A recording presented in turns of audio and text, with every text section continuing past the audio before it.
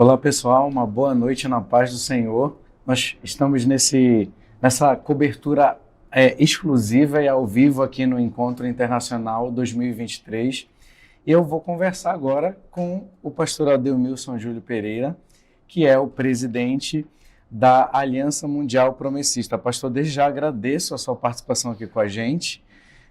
Boa noite, né? E obrigado desde já. Pastor, vamos começar falando para o nosso público, para os nossos irmãos promessistas, o que é a Aliança Mundial Promessista. Talvez alguns deles não entendam ainda como funciona essa importante instituição da igreja, né, de um nível mais global. Explica para a gente, pastor. A paz do Senhor, Andrei, a paz do Senhor Jesus, povo promessista. Andrei, em primeiro lugar, quero parabenizar todo o staff, toda a equipe da TV Viva a Promessa, o esforço.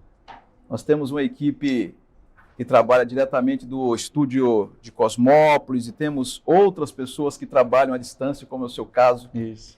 E Deus nos abençoou de ter essa equipe reunida aqui em Buenos Aires. Então, parabéns por todo o esforço que a TV tem feito para levar conteúdo de qualidade, o evangelho bíblico para as pessoas, as promessistas e aquelas que estão conhecendo a nossa igreja por meio da TV também. Então, em primeiro lugar, parabéns a todos vocês. E sejam bem-vindos, irmãos, irmãs.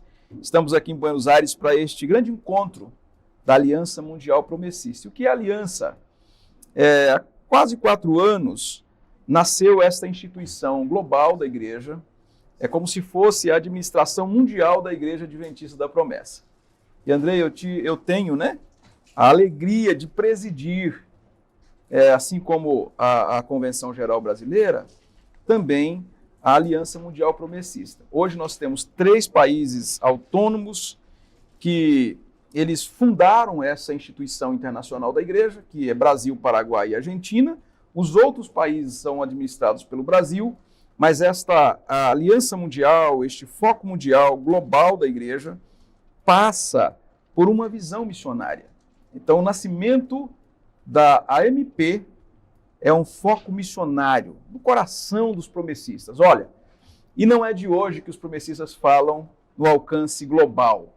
Deus só deu a graça de nós realizarmos este grande feito agora nessa gestão. Mas os nossos pioneiros pensaram muito na extensão da igreja, na expansão da igreja, nas fronteiras que seriam conquistadas pela Igreja Adventista da Promessa. Então, está no nosso primeiro congresso internacional, é uma honra, é uma alegria estar com vocês aqui, é uma alegria. E saber que você está nos acompanhando do outro lado da sua casa, Brasil, Paraguai, Argentina. Estive aqui vendo aqui o chat, tem irmãos de Oberá aqui em Missões, aqui mesmo na Argentina, sim, irmãos do Brasil, enfim, é uma grande alegria. É isso aí, pastor. E aqui o irmão do Rio de Janeiro, enfim, todo mundo acompanhando a gente aqui. Pastor, rapidamente, o que a gente podia falar sobre essa questão da importância da AMP e dos objetivos dela para a igreja, né? Então, a Igreja Adventista da Promessa, ela é uma instituição brasileira. Por graça e misericórdia, essa instituição, ela avança e alcança a América do Sul, América Central, Europa, e pela graça de Deus, ela está presente hoje, África e também Ásia. A nossa igreja não tinha uma instituição em nível internacional. E a MP é essa instituição. E o que a MP faz? Ela foca na evangelização dos povos. Sabe por quê? Olha, pense comigo. O nome da nossa igreja é Igreja Adventista da Promessa. Adventista vem de advento, de retorno de Jesus. Então, esta igreja que tem no seu nome, ela traz no seu DNA, na sua natureza, ela traz a proclamação, a urgência, porque ela crê que Jesus retornará. Então, nós só estamos cumprindo aquilo que está na nossa essência.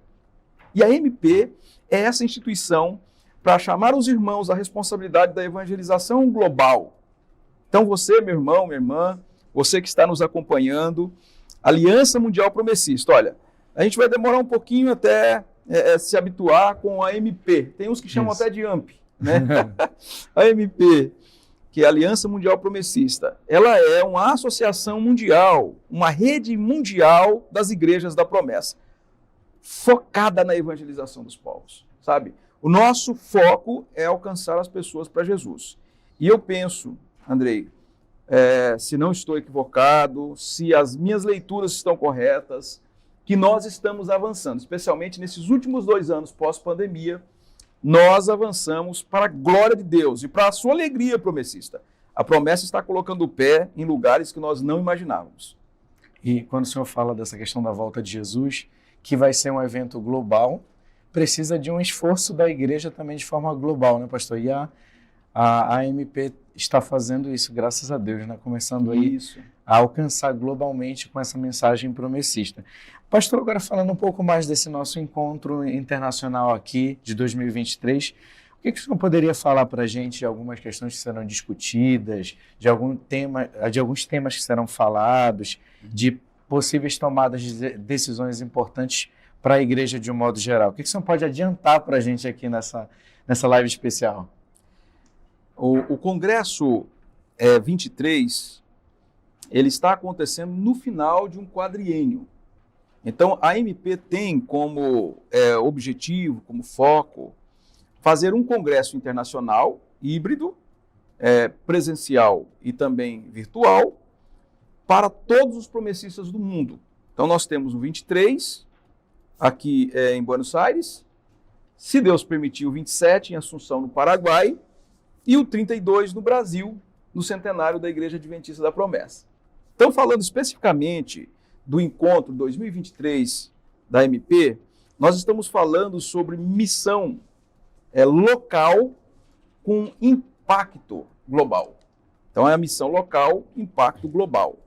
Nós queremos chamar os promessistas nesta responsabilidade, porque os promessistas têm responsabilidade de participar da evangelização mundial. Nós somos uma igreja de Jesus que prega o evangelho nesse tempo para alcançar pessoas para Cristo Jesus. Ela é uma igreja que proclama o evangelho nesse tempo. Então, este encontro, ele tem a intencionalidade, Andrei, de despertar os promessistas, de refazer a visão, de trazer a paixão para o coração, de saber que Deus está trabalhando, por exemplo, nos continentes onde nós estamos presentes, baixo Amazonas.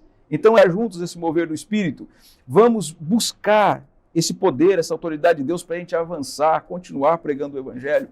Eu acho que o Congresso, ele é essa alavanca para o povo promessista. E só uma coisinha, quando o senhor fala da temática desse encontro, que muitas vezes a gente fala de missão, né, pastor, pensando só em missão estrangeira, mas quando o encontro que é internacional fala de missão no aspecto local, ajuda muito a gente a entender que essa ideia de que missão é algo que a gente faz no outro lado do mundo, mas também no outro lado da rua. Sim. Essas questões, né, que a gente vê muitos autores falando, é muito importante que o promessista pense nisso, né, pastor? Que a missão é uma coisa estrangeira, mas transcultural, porque a gente tem diversas culturas, por exemplo, na nossa cidade, onde a gente está, no nosso bairro, né? Sim, é isso mesmo, Andrei.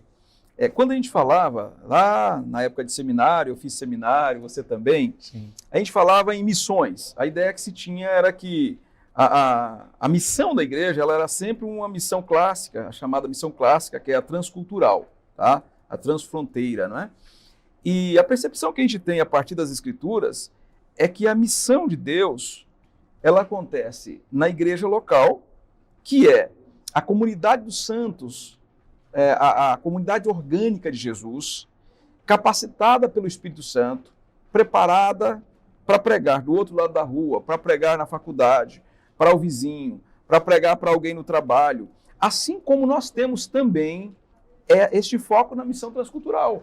Então a missão acontece aqui e lá, ela acontece em Jerusalém, nos confins da terra, ela é simultânea. Então a ideia que nós temos é essa mesma. Atos dos Apóstolos, os Atos dos Apóstolos vai apontar, né, o livro vai apontar para uma missão que acontece em Jerusalém, mas também está acontecendo lá em Atos 28, né? A gente até chama do Atos 29, que é a ação final da igreja. Sim. Então ela é aqui, mas também é do outro lado do oceano. É sempre simultânea, né, pastor? Simultânea. Não é vamos conquistar primeiro aqui, depois a gente... Não. E nesse aspecto, Andrei, olha que coisa bacana. Eu encontro alguns irmãos Andrei, qual é a câmera que eu vou falar para o irmão promessista? Mostra aí a câmera. Aquela essa aqui, né? Olha. Lá. A outra. É a outra. Isso. Ó, tô meio perdido aqui. É muita emoção, irmão. Vai perdoando aí, hein? Essa daqui, olha. Irmãos, é importante falar isso, porque alguns irmãos falam comigo assim, olha, mas pastor, por que a gente vai pregar do outro lado do mundo? Se nós temos tantos bairros, tantos municípios no Brasil sem igrejas. Tantas demandas aqui, né, pastor? Tantas demandas aqui. Exatamente isso. Mas pense comigo, olha, você tem uma colheita no Brasil. Imaginemos que o Brasil seja uma plantação, tá? Uma plantação de milho, por exemplo. Você tem uma colheita aqui no Brasil e imagine também que a Índia, ou a China, ou Moçambique, no caso do país em que eu estive agora, recentemente, também é uma plantação de milho. A plantação ela está pronta para a colheita no Brasil e em Moçambique. Nós temos no Brasil, só na Igreja Adventista da Promessa, quase 600 pastores e missionárias. Então, a chance de se ter uma colheita grande aqui é maior. Você vai para a Índia, por exemplo, nós temos um pastor promessista. Onde nós vamos perder mais a colheita? Aqui ou lá? Onde nós temos condições de colher mais rapidamente?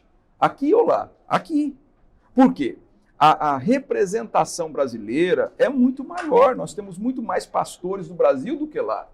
Então, quando a gente fala, e Atos 1:8 vai falar da missão simultânea lá em Jerusalém, Samaria, Judéia e os confins da terra, é que a missão precisa acontecer em todos os lugares.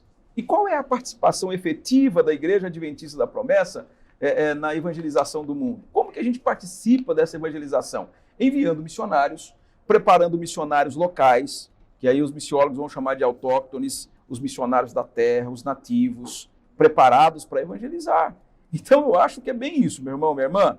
Nós pregamos aqui e pregamos nos confins da terra. A missão acontece nesse tempo e nós temos que cumprir esse tempo, esta missão, este propósito de Deus. E depois de nós, outros líderes virão, e outros líderes virão. Sabe o que permanece para sempre? A glória de Deus. É a glória de Deus que permanece para sempre. Nós somos instrumentos, ferramentas dele nesse tempo. Então, eu acho fascinante essa questão quando a gente enfatiza, pastor, essa importância da igreja local, porque é lá onde a vida, digamos assim, da igreja acontece, né? Sim, sim. Onde a igreja, digamos assim, ganha um rosto. Acho que talvez a igreja precisa ter, pastor, na sua visão, essa consciência mais de que a igreja local tem essa importância. Sim. Anos atrás, quando nós tivemos o início de um avivamento missionário na Igreja da Promessa, isso foi na década de 90. Na segunda metade da década de 90, ali pro finalzinho, já o começo dos anos 2000, surgiu um livro no Brasil, especialmente na Igreja da Promessa, que foi muito vendido e lido, um livro chamado Paixão pelas Almas. Quando eu li o Paixão pelas Almas, foi quando o pastor Oswald Smith, ele assume uma igreja no Canadá. Ele marcou um culto missionário, segundo ele marcou um culto missionário no domingo. Ok, os irmãos foram para o culto missionário. Mas ele marcou para o outro domingo um segundo culto missionário. E no outro domingo um terceiro, um quarto culto missionário. E os irmãos perguntaram, e na igreja só teremos cultos missionários? Sim. Qual é o foco dessa igreja? Fazer a missão. E a partir dali, ele se tornou um dos maiores missionários naqueles anos em que ele trabalhou no Canadá e trabalhou fora também. Então, o Paixão pelas Almas, Andrei, ele impactou muito a minha vida. Eu sei que impactou muito promessista. E se você não leu, vale a pena ler o Paixão pelas Almas. Onde nós vamos focar, ou onde o livro vai focar, que a igreja local é o centro onde acontecem todas as coisas. Só existem missões transculturais, transfronteira, por conta da igreja local. A ideia é que ela envia, né, pastor, os missionários? Isso, a igreja local envia os missionários. Olha, não estou delongando aqui na resposta não, né, Andrei? Não. Então vamos lá. Olha, se você pensa, por exemplo, na igreja de Atos dos Apóstolos, você tem uma igreja ali, capítulo 1, 2, 3, 4, 5. Capítulo 5, a igreja está tendo um problema, começa no 4, 5, no 6 ela tem uma demanda séria, e aí ela institui diáconos para cuidar da mesa e tal, servir a mesa, porque os apóstolos precisavam cuidar da oração e da palavra. Quando chega em Atos capítulo 8, nós temos uma igreja perseguida. Então, a igreja de Atos capítulo 2, ela está terminando em Atos capítulo 8. O ímpeto da igreja local está terminando em Atos capítulo 8. Agora, quando você pega Atos capítulo 8, 9, 10, 11, 12, 13, em Antioquia. Então, enquanto o ímpeto daquela igreja missionária de Jerusalém está terminando, nós temos uma igreja perseguida em Atos capítulo 8 e uma igreja vigorosa na pregação em Atos capítulo 13. E Atos capítulo 13, a igreja de Antioquia, que vai levar Paulo para os confins da terra. Então, quem leva as pessoas? A igreja local.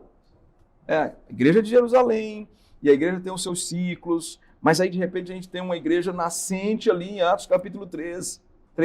E é esta igreja que nós vamos encontrar um apóstolo lá, mais preparado dos apóstolos, que estava em Atos capítulo 3, enquanto eles oravam e jejuavam, o Espírito Santo disse, olha, eu vou separar o melhor, a igreja local separa o melhor e envia. E aí enviaram Paulo. Em Atos 28, o homem estava fazendo a missão. Ele morre e deixa Atos 29 para a igreja escrever. E aqui nós estamos. Então, a igreja local, irmãos, é onde tudo, absolutamente tudo acontece na igreja. A missão acontece na igreja local. Ela envia missionários. E também, em Atos, nós encontramos a igreja local preparando pastores, preparando missionários. Então, é fascinante, é empolgante saber que dentro da igreja local, a igreja local, ela forma novos discípulos de Jesus, ela forma missionários, teólogos, e ela envia essas pessoas para pregar o evangelho. Então, a igreja local é importante nesse grande processo de proclamação do evangelho no mundo. O senhor falou uma coisa até que me fez pensar, porque às vezes a gente lê Atos e acha que a igreja não perde fôlego nunca, né? Mas quando a gente lê cuidadosamente, a gente percebe que ela passa por fases, né, como o senhor falou da igreja de Jerusalém, mas Deus sempre levanta, sempre vai ter igrejas locais para fazer a missão, seja ela local ou seja estrangeira, e sempre vai ter uma igreja também que pode readquirir isso, né, pastor? Uhum. Porque talvez muitas pessoas estejam assistindo, e o senhor sempre tem falado isso em alguns momentos que o senhor fala, a igreja está desanimada, mas onde, né? Onde ela está desanimada. Onde ela está? Porque a gente às vezes acha que a nossa visão é uma visão do todo, né? Nossa visão de desânimo, de falta de compromisso com o evangelho. Né? Quando a gente olha especialmente para Atos, nós vemos assim os ciclos, né, da igreja. Tá? A igreja tem os ciclos. E o que nós estamos fazendo com esses ciclos? A tua igreja local, por exemplo, ela já foi mais forte do que ela é hoje. Ou ela já foi mais fraca. Cabe a nós, como discípulos e discípulas de Jesus, nos engajarmos, gente, na proclamação do evangelho e usar esse tempo em que a igreja está vivenciando, né, esse derramar das bênçãos de Deus e proclamar o evangelho e pregar o evangelho. Quando a igreja de Jesus ela é impulsionada, impelida pelo Espírito, a gente prega o evangelho. A gente deixa de lado as distrações e a gente foca na evangelização. Então, é bem isso, né? A igreja perde o vigor, mas ela também pode receber um novo vigor. O que eu gosto, Andrei, eu gosto de pensar na possibilidade de nós sintonizarmos, andarmos em sintonia com o Espírito de Deus. Por exemplo, em Atos capítulo 10, nós temos Pedro. Atos capítulo 10, nós temos Pedro, que ele vai orar em Jope, na casa de Simão. Eu gosto de observar os movimentos de Pedro. Olha, Pedro está orando, Pedro está jejuando, e de repente ele tem uma visão diferente, e ele busca o discernimento, e daqui a pouco chegam 3 homens da parte de Cornélio. 30 e tantos quilômetros para frente tinha uma cidade, né? Cesareia. E Cesareia era uma cidade pagã. Cesareia era uma cidade da imoralidade, do paganismo, da idolatria, de pessoas que não eram vinculadas ao judaísmo. Veja bem, olha, o Espírito de Deus está trabalhando a 38 quilômetros. E tem um homem de Deus orando, jejuando, num lugar onde o Espírito não está trabalhando. Porque o Espírito trabalha. Se você observar, é o Espírito que impede Paulo aqui, manda Paulo lá, é o solo que está preparado aqui, é o outro solo mais frutífero, menos frutífero. Esse bastidor do Espírito, eu preciso estar sintonizado. Onde o Espírito está soprando? Paulo estava lá em Jope, orando no terraço, mas o Espírito está operando lá na casa de Cornélio. Aparece o anjo do Senhor e fala para ele, esmolas, as suas esmolas chegaram no trono de Deus. E aí os homens vão lá chamar Pedro, um homem preparado, um teólogo, para falar do Evangelho. Então, qual é o nosso dever, irmãos? Ouvir o Espírito de Deus. O que o Espírito de Deus está nos falando nesse tempo? Ouça o Espírito. Ouça o Espírito. Pedro foi ouvir o Espírito depois. Será que a promessa não precisa ouvir o Espírito? Olha a promessa, você precisa ir para lá, para cá, está suscitando uma nova igreja aqui, um novo povo está aberto ao Evangelho. Nós temos recebido, gente, contatos do mundo inteiro. Do mundo inteiro. Se a nossa semana tivesse 2 ou 3 finais de semana, eu teria atividade 2 ou 3 finais de semana para visitar países onde pessoas estão interessadas em ouvir a mensagem do Evangelho. E aí, de repente, lá na sua igreja, você fala, nós estamos desanimados, Deus não está operando. Será que você não precisa estar mais sintonizado com o Espírito? Ouvir mais o Espírito? Será que você não tem Jope orando, jejuando, cantando, e o Espírito está trabalhando em Cesareia? E aí, de repente, pode ser que o Espírito esteja agora despertando você e dizendo, olha, existem cidades pagãs que eu estou operando, estou trabalhando. Existem cidades da idolatria que eu estou operando naquele lugar. Cabe a nós ouvirmos o Espírito de Deus. Eu acho que é isso. É isso, pastor. Muito obrigado pela sua participação aqui nesse boletim especial, né? Desse evento que a gente vai ter nesses 2 dias, desse encontro internacional 2023 da Aliança Mundial Promessista. Eu agradeço o senhor por essas palavras, por explicar para a gente aqui as questões. Acho que esclareceu muito o nosso público. Muito obrigado, pastor. Amém. Deus abençoe. Contamos com vocês amanhã, viu? Amanhã, abertura do Congresso Internacional da AMP, até a noite. Tem novidade. Eu acho que o pregador da noite é um pastor brasileiro, hein?